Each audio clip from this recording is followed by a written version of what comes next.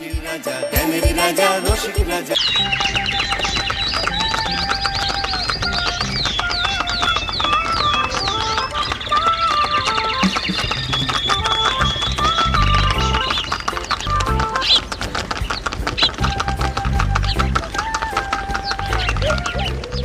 অনেক দিন পর বেশ লাগছে বন ভ্রমণ।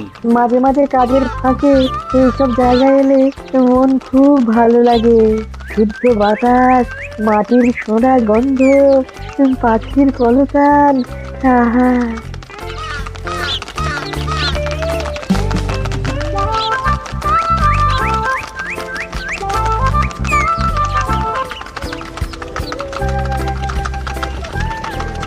মহারাজের রথ থামছে। আমরা এইখানে বসে আজ রাজকার্য পরিচালনা করব। মন্ত্রী, তুমি ঝটপট এখানে বসার বন্দোবস্ত করে দাও। আমি এক্ষুনি ব্যবস্থা করে দিচ্ছি মহারাজ। এই এখানেই আমাদের বসার জন্য ছাউনি করে দাও। এক্ষুনি করে দিচ্ছি মন্ত্রী মশাই। এরা বসার জায়গাটা করে দিক, ততক্ষণ আমরা একটু হেঁটে আসি।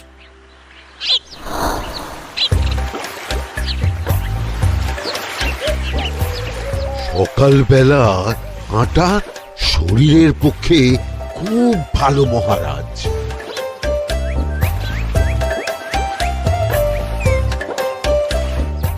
আগেকার দিনে রাজা মহারাজরা এই সব বনে মৃগয়া করতে আসতেন। মৃগয়া একদম ভালো নয় মন্ত্রী। তুমি জঙ্গলে আসছো অন্য প্রাণীদের মারতে। কেন মারবে? ওরা তো তোমার কোনো ক্ষতি করেনি। না, তা করেনি, কিন্তু তখন ওটা রাজা মহারাজাদের খেলা ছিল। শুনেছি আপনার প্রপিতামহ খুব ভালো বাঘ শিকার করতেন, অনেক বাঘ মেরেছেন। মন্ত্রী, তুমি একটা কথা হয়তো জানো না। আমার প্রপিতামহ শিকার করতেন, কিন্তু কোনো স্বাভাবিক জানোয়ারকে নয়। যে বাঘ মানুষ খেকো হয়ে প্রজাদের ক্ষতি করত, আমার প্রপিতামহ সেই সমস্ত বাঘদেরই মারতেন। এছাড়া উনি বন্য প্রাণী সংরক্ষণ করতে বড়ই ভালোবাসতেন।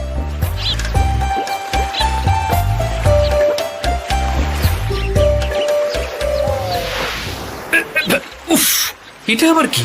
এই এটা আবার কোথা থেকে উড়ে এলো? কোথাও তো ঝড় হাওয়া কিছুই নেই।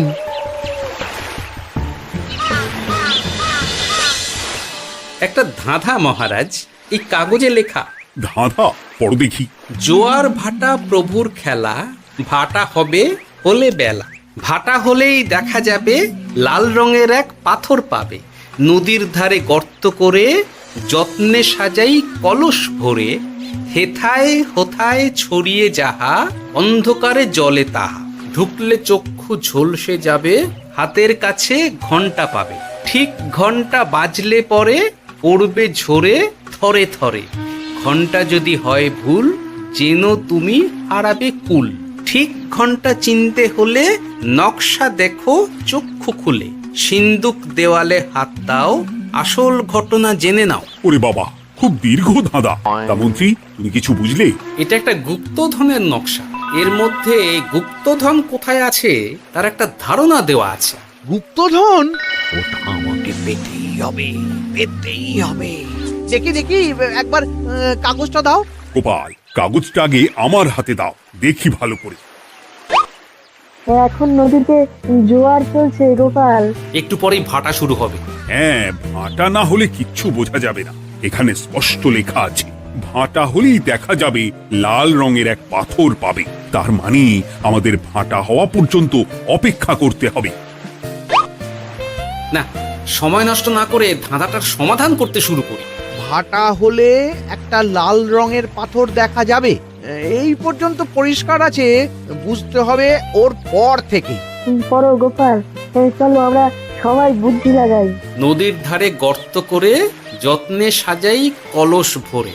এটার অর্থ, ধাঁধাটা মাথায় বসিয়ে নিয়েছি, এবার কে কি বলবে সেটা শুনতে হবে।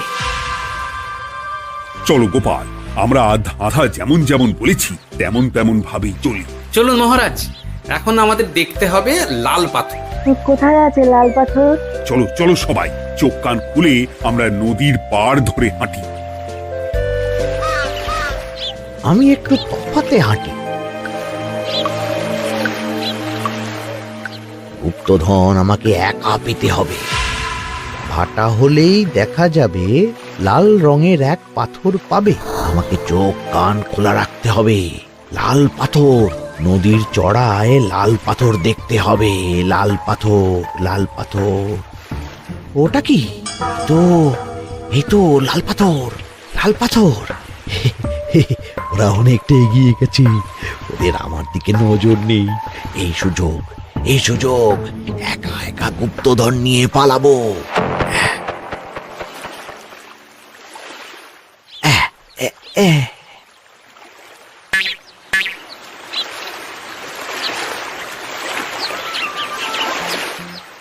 কি গো, আমরা তো হেঁটেই চলেছি, লাল পাথর তো কই দেখতে পাচ্ছি না।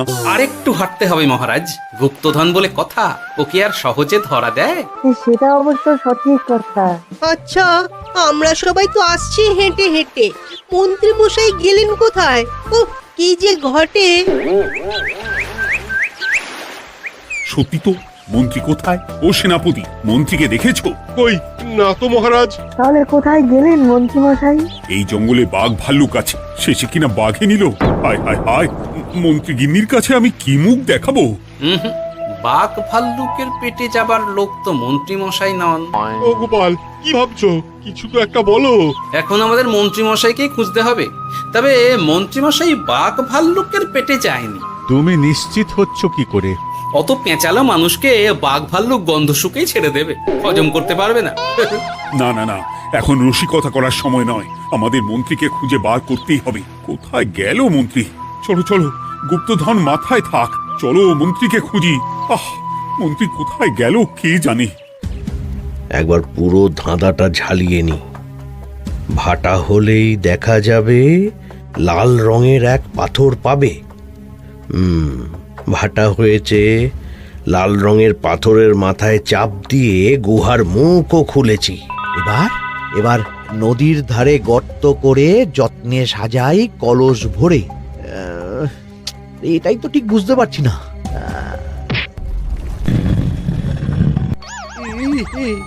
এই রে, এবার কি হবে? হ্যাঁ মহারাজ, কোথাও একটা আওয়াজ হলো। আওয়াজটা কোন দিক থেকে হলো? চলুন সামনে এগিয়ে যাই।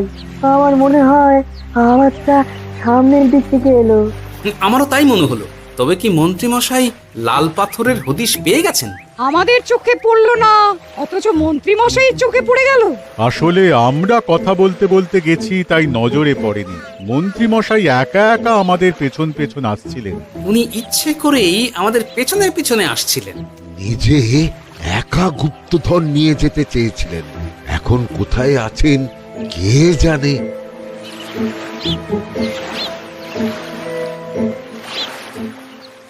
এই অন্ধকারে কিছু দেখতে পাচ্ছি না তো। দাঁতাতে কি ছিল? হ্যাঁ, কি ছিল? হেথায় হোথায় ছড়িয়ে যাহা, অন্ধকারে জলে তাহা, ঢুকলে চক্ষু ঝলসে যাবে, হাতের কাছে ঘন্টা পাবে। পেয়েছি পেয়েছি, ঘন্টা ঘন্টা ঘন্টাটা পেতে হবে। ঘন্টাটা ঘন্টাটা ঘন্টা। ভাটা হলেই দেখা যাবে লাল রঙের এক পাথর পাবে। নদীর ধারে গর্ত করে যত্নে সাজাই কলস ভরে, হেথায় হোথায় ছড়িয়ে যাহা, অন্ধকারে জলে তাহা, ঢুকলে চক্ষু ঝলসে যাবে, হাতের কাছে ঘন্টা পাবে। ঠিক ঘন্টা বাজলে পরে পড়বে ঝরে থরে থরে, ঘন্টা যদি হয় ভুল যেন তুমি হারাবে কুল। ঠিক ঘন্টা চিনতে হলে নকশা দেখো চক্ষু খুলে, সিন্দুক দেওয়ালে হাত দাও, আসল ঘটনা জেনে না। এবারে ভালো করে ঠান্ডা মাথায় ভাবতে হবে। ভাটা হলেই দেখা যাবে লাল রঙের এক পাথর পাবে। সেই লাল পাথরটাই তো খুঁজে পাওয়া যাচ্ছে না, অথচ মন্ত্রী মশাই খুঁজে পেলেন। আওয়াজটা কোথা থেকে আসছিল? এই কাছে পিঠে এই কোথা থেকে আওয়াজটা আসছিল।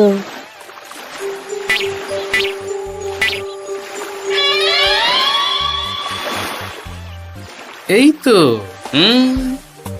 এটাই মনে হয় সেই লাল পাথর। একটু নাড়িয়ে চাড়িয়ে দেখি তো কিছু হয় কিনা।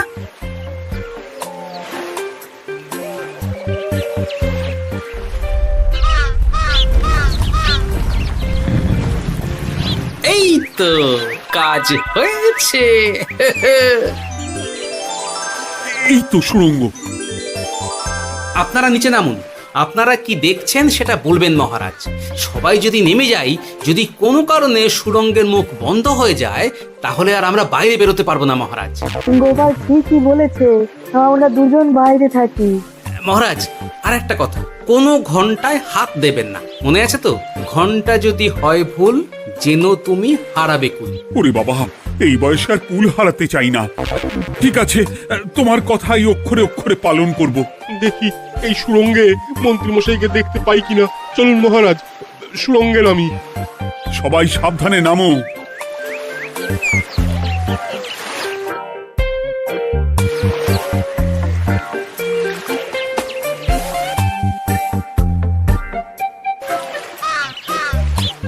মহারাজ, ওখানে কি কি দেখতে পাচ্ছেন?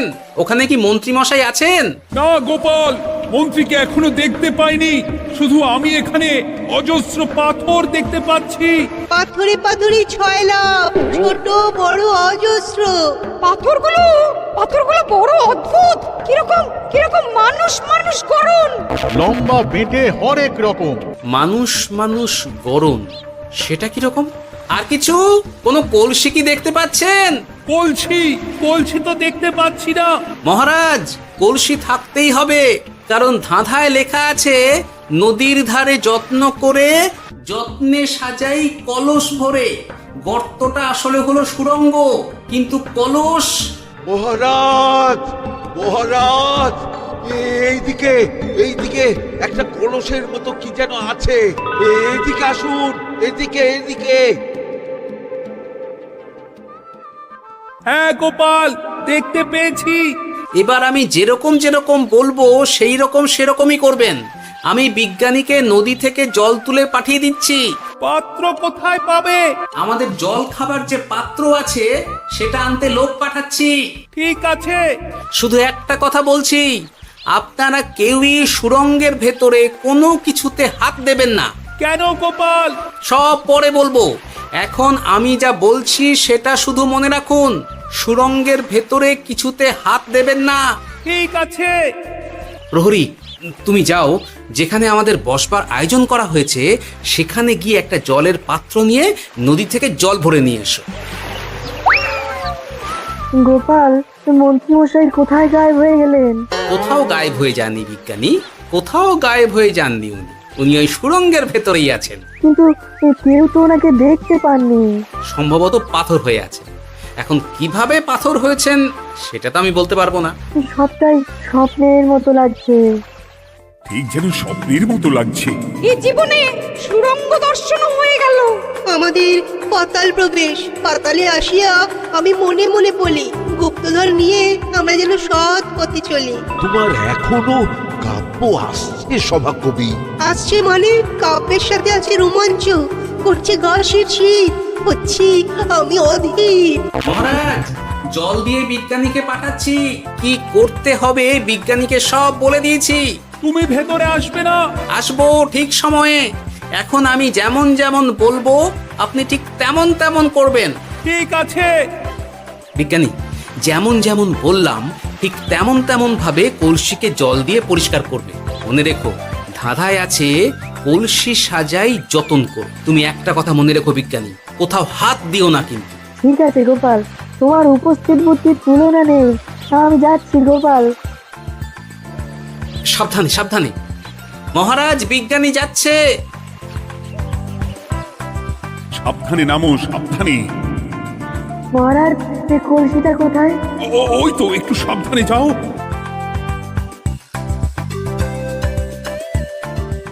বিজ্ঞানী, কলসির দেখা পেয়েছো? পেয়েছি পেয়েছি পেয়েছি। এবারে কলসিটাকে ভালো করে জল দিয়ে ধুয়ে দাও। কলসির আলোয় সুড়ঙ্গ আলোকিত গোপাল। এরপর কি? ভালো করে দেখুন মহারাজ, কোথাও ঘন্টা দেখতে পাচ্ছেন কিনা। ঘন্টা? একটা তো নয়, সার সার ঘন্টা, অনেকগুলো ঘন্টা। সাবধান, ঘন্টায় হাত দেবেন না, শুধু দেখুন।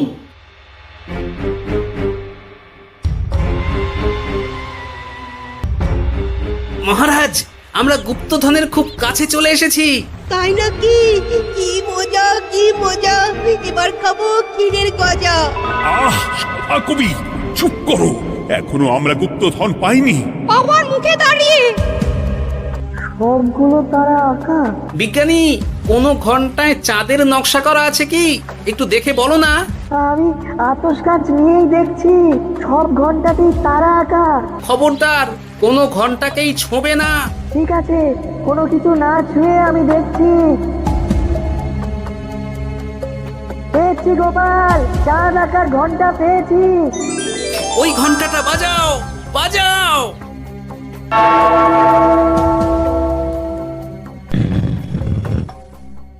গুপ্তধন পেয়েছেন মহারাজ? বাঁচাও, বাঁচাও, বাঁচাও। বাঁচান মহারাজ, বাঁচান বিজ্ঞানী, মহারাজ। মন্ত্রীর গলা পাচ্ছ না? মহারাজ, আমি পাথর হয়ে আছি, আমাকে মানুষ করুন মহারাজ। তুমি তো মানুষই ছিলে, হঠাৎ করে পাথর হলি কেন? মহারাজ, গুপ্তধন পেয়েছেন? পেয়েছি, তার সাথে মন্ত্রীকেও পেয়েছি। মন্ত্রী এইখানে কোথাও পাথর হয়ে দাঁড়িয়ে আছে। দাঁড়ান মহারাজ, এবার আসছি। সাবধানে এসো। আমি ভেতরে যাচ্ছি, বুঝলে? যদি কোনো কারণে দেখো পাথরটা গুহার মুখটা আটকে দিয়েছে, অমনি তোমাদের কাজ হলো পাথরটাকে ছুঁয়ে ফেলা, বুঝলে? ঠিক আছে গোপাল দাদা। আমার মনে হয় বিপদ আর কিছু ঘটবে না, তবুও সাবধানের তো মান নেই। ঠিক আছে, তুমি নিশ্চিন্তে ভেতরে যাও। বাঁচাও, আমাদের বাঁচাও, আমাদের সবাইকে মানুষ করুন, আমাকে মানুষ করুন মহারাজ। আপনাকে তো মানুষ করা হবে মন্ত্রী মশাই। আগে বলুন, আপনি পাথর হলেন কি করে? ও, মনে পড়েছে, ধারার শেষ লাইন, সিন্দুক দেওয়ালে হাত দাও, আসল খবর জেনে না। সত্যি গোপাল, তুমি না থাকলে এই এত কিছু আমাদের সবার কাছে অজানাই থেকে যেত।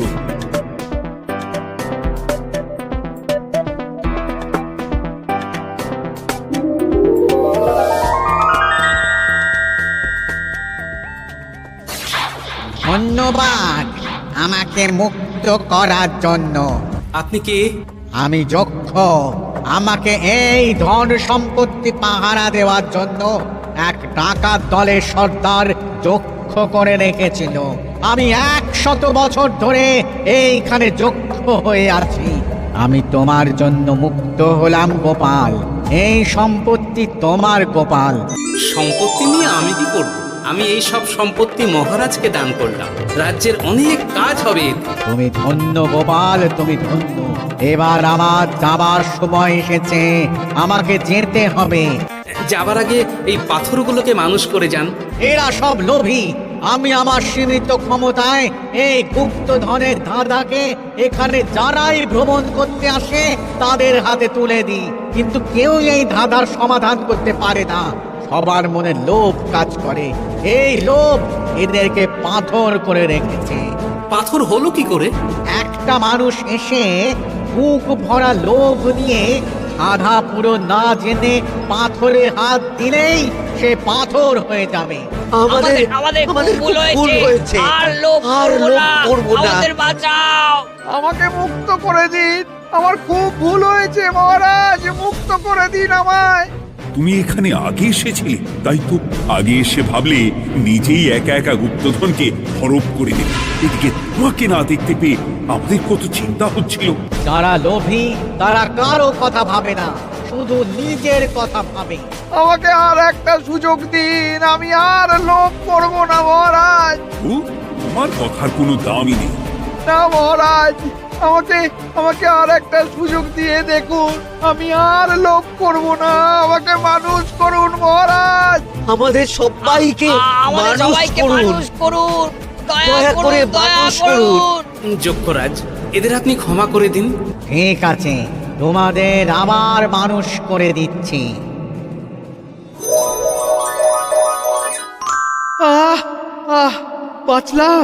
বাঁচলাম। এই রকম বারবার বাঁচা যাবে না, কিন্তু এবার সাপ ব্যাং যাই হবে না কেন ওইভাবেই থাকতে হবে, এই আমি বলে দিলাম। এবার আমার মুক্তি। মুক্তি নেবার আগে আরেকটা প্রশ্ন, যে ডাকাত সর্দার তার সম্পত্তিকে রাখার জন্য আপনাকে যক্ষ বানিয়েছিল, এই সম্পত্তি তো তাদের, আমরা তো নিতে পারি না। লোভ বড় খারাপ গোপাল, অতিরিক্ত লোভ মানুষকে পশু করে দেয়। ওই ডাকাত দল এই সম্পত্তির জন্য সবাই কাটাকাটি করে মরে গেছে, কেউ আর বেঁচে নেই। সুতরাং এই সম্পত্তিতে তোমার অধিকার আছে, এই সম্পত্তি তুমি গ্রহণ করো। নিলাম আমি, কিন্তু এই সম্পত্তি মহারাজকে আমি দান করলাম। ডাকাত দল জনগণের সম্পদকে লুঠেই তো সম্পত্তি বানিয়েছে, তাই আমি জনগণের কাজে লাগবার জন্যই এই সম্পত্তি মহারাজকে দিলাম। গোপাল, তোমার জয় হোক। এবার তাহলে আমি যাই, তোমরা সবাই সুখে থেকো আর ভালো থেকো। গোপাল, তোমার তুলনা হয় না। তোমার ঋণ আমি কোনোদিন শোধ করতে পারবো না। তুমি কৃষ্ণনগরের জন্য যা করলে তা ইতিহাসে লেখা থাকবে। না মহারাজ, আমি এমন কিছু করিনি, এই কাজ সবাই করবে। জয় গোপালের জয়, জয় গোপালের জয়, জয় কৃষ্ণনগরের জয়।